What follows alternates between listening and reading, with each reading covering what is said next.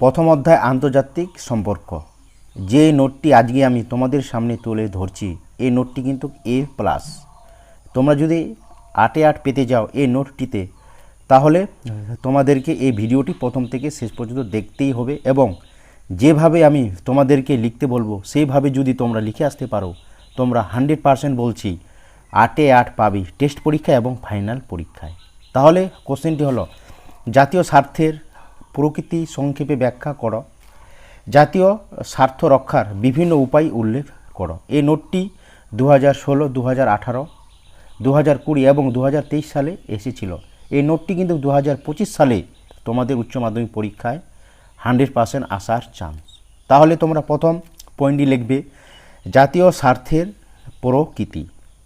তাহলে কি লিখবে? আন্তর্জাতিক রাজনীতির অন্যতম মৌলিক ধারণা হলো জাতীয় স্বার্থ। সর্বপ্রকার জাতীয় মূল্যবোধের সমষ্টিকে জাতীয় স্বার্থ, এটাকে ইনভাইটেড কমার মধ্যে রাখবে, নিচে আন্ডারলাইন করবে। পারলে এই জাতীয় স্বার্থটাকে তোমরা কালো কালি দিয়ে লিখবে, বলা যায়। তারপরে প্যারা দিয়ে লিখবে মর্গেনথাউ বলেছেন, আবারও তোমরা কালো কালি ইউজ করবে। সিঙ্গেল ইনভাইটেড কমা দিয়ে স্টার্ট করবে। ক্ষমতা লাভ ও জাতীয় স্বার্থকে পরিপূর্ণ বা অভিন্ন বলে ব্যাখ্যা করেছেন। এটাকে ইনভাইটেড কমার মধ্যে রাখবে আর কালো কালিতে কিন্তু অবশ্যই তোমরা লিখবে। তারপরে প্যারা দিয়ে লিখবে আবার অন্যান্য রাষ্ট্রবিজ্ঞানীরা বহু ও বিভিন্ন ধরনের বিষয়গত মতামত ও চিন্তা ভাবনার মধ্যে দ্বন্দ্বের রাজনৈতিক বহি প্রকাশের মধ্যেও জাতীয় স্বার্থের তাৎপর্য ব্যাখ্যা করেছেন। তারপরে আবার প্যারা দিয়ে লিখবে অধ্যাপক ফ্রাঙ্কেল বলেছেন, ইনভাইটেড দিয়ে আবার স্টার্ট, জাতীয় স্বার্থকে বিদেশ নীতির ধারণার রূপে উল্লেখ করেছেন। এটাকে কালো কালি এবং ইনভাইটেড কমার মধ্যে রাখবে। আবার তোমরা প্যারা দিয়ে লিখবে জাতীয় স্বার্থের একটি গ্রহণযোগ্য সংজ্ঞা হিসেবে বলা যায় জাতীয় স্বার্থ বলতে, আবার ইনভাইটেড দিয়ে স্টার্ট, ডবল, জাতির সেই সব ন্যূনতম লক্ষ্য ও উদ্দেশ্য সমূহকে বোঝায়, কমা, যেগুলি রূপায়ণের জন্য রাষ্ট্রগুলি সিদ্ধান্ত গ্রহণ করে। ইনভাইটেড কমা বন্ধ কালো কালি দিয়ে লিখবে। কেমন?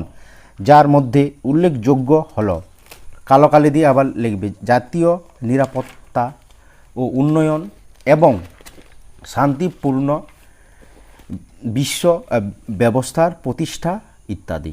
আবার প্যারা দিয়ে লিখবে টমাস রবিনসনের মতে জাতীয় স্বার্থের প্রকৃতি নিম্নলিখিতভাবে উল্লেখ করা যায়।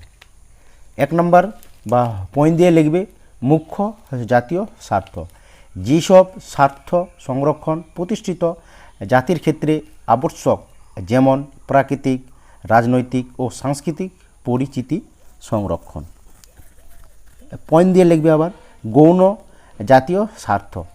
গৌণ জাতীয় স্বার্থ বলতে বোঝায় যেসব জাতীয় স্বার্থ জাতির অস্তিত্ব রক্ষার ক্ষেত্রে আবশ্যক না হলেও তা সংরক্ষণ করা কর্তব্যের মধ্যে পড়ে, যেমন অনাবাসী নাগরিকদের স্বার্থ সুরক্ষা ইত্যাদি।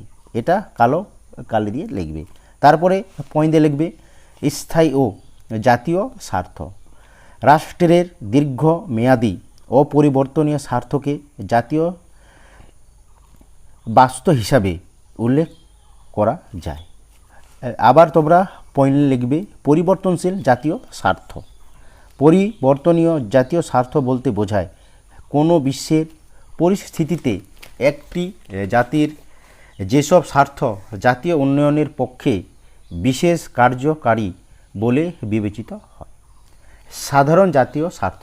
পয়েন্ট, সাধারণ জাতীয় স্বার্থের প্রধান উদাহরণ হলো কি আন্তর্জাতিক শান্তি প্রতিষ্ঠা। এটাকে তোমরা কালো কালি দিয়ে লিখবে আর ইনভাইটেড কমার মধ্যে রাখবে, পারলে আন্ডারলাইন করে দেবে।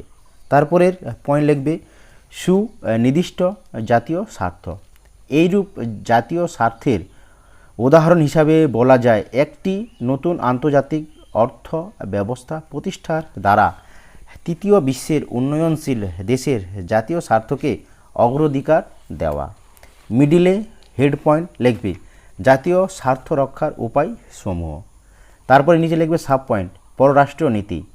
তারপরে কি লিখবে ফ্রাঙ্কেল এর মতে কালো কালি দিয়ে লিখবে কি জাতীয় স্বার্থের ধারণা পররাষ্ট্র নীতির একটি প্রধান আলোচ্য বিষয়। এটা কালো কালিতে লিখবে এবং পারলে আন্ডারলাইন করে দেবে। পররাষ্ট্র নীতি প্রণয়নের ক্ষেত্রে একটি মৌলিক নির্ধারক হলো জাতীয় স্বার্থ। আন্তর্জাতিক ক্ষেত্রে কোনো রাষ্ট্র নিঃস্বার্থভাবে অপর কোনো রাষ্ট্রের সাথে সম্পর্ক স্থাপন করে না। পয়েন্ট প্রচার জাতীয় স্বার্থ রক্ষার অন্যতম মাধ্যম প্রচারকে হাতিয়ার করে একটি দেশ তা পররাষ্ট্র নীতির সপক্ষে অন্যান্য রাষ্ট্রের সংস্কার ও জনগণকে পরাহিত করার চেষ্টা করে। বিভিন্ন প্রচার মাধ্যমে যথা দূরদর্শন, বেতার, ইন্টারনেট, সংবাদপত্র ইত্যাদির মাধ্যমে তা করা হয়ে থাকে। এইগুলো তোমরা কিন্তু কালো পেন দিয়ে লিখবে। তারপরের পয়েন্ট লিখবে জোট গঠন। আন্তর্জাতিক ক্ষেত্রে জাতীয় স্বার্থ রক্ষার অন্যতম একটি উপায় হলো জোট গঠন। প্যারা দিয়ে এটা লিখবেন, এটা ইনভাইটেড কমাতে রাখবে আর কালো কালি ইউজ করবে।